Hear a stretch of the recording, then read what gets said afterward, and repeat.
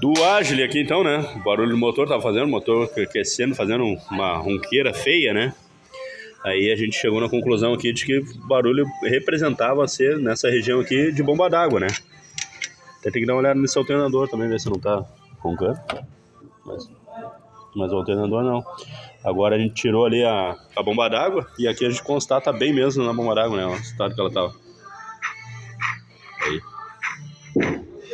Isso aí é o rolamento da bomba d'água, né? Fica roncando.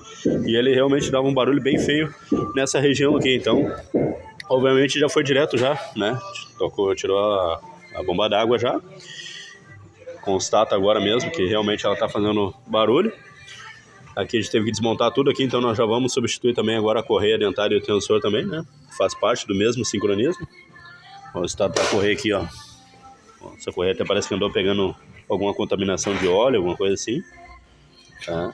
Esse aqui já certinho. Tensionador também. O tensionador não tá roncando e tal, né? Não, mas já tá fazendo barulhinho também, ó. Tá dando uma roncadinha no rolamento do tensionador também. Então aqui tá tudo certinho já. Aqui já tá até lavado já as carenagens aqui pra nós botar no lugar de volta depois ali. Tá? Só esperando chegar as peças agora aqui, ó. Bomba d'água e o kit de sincronismo aí pra nós montar no lugar de volta aí.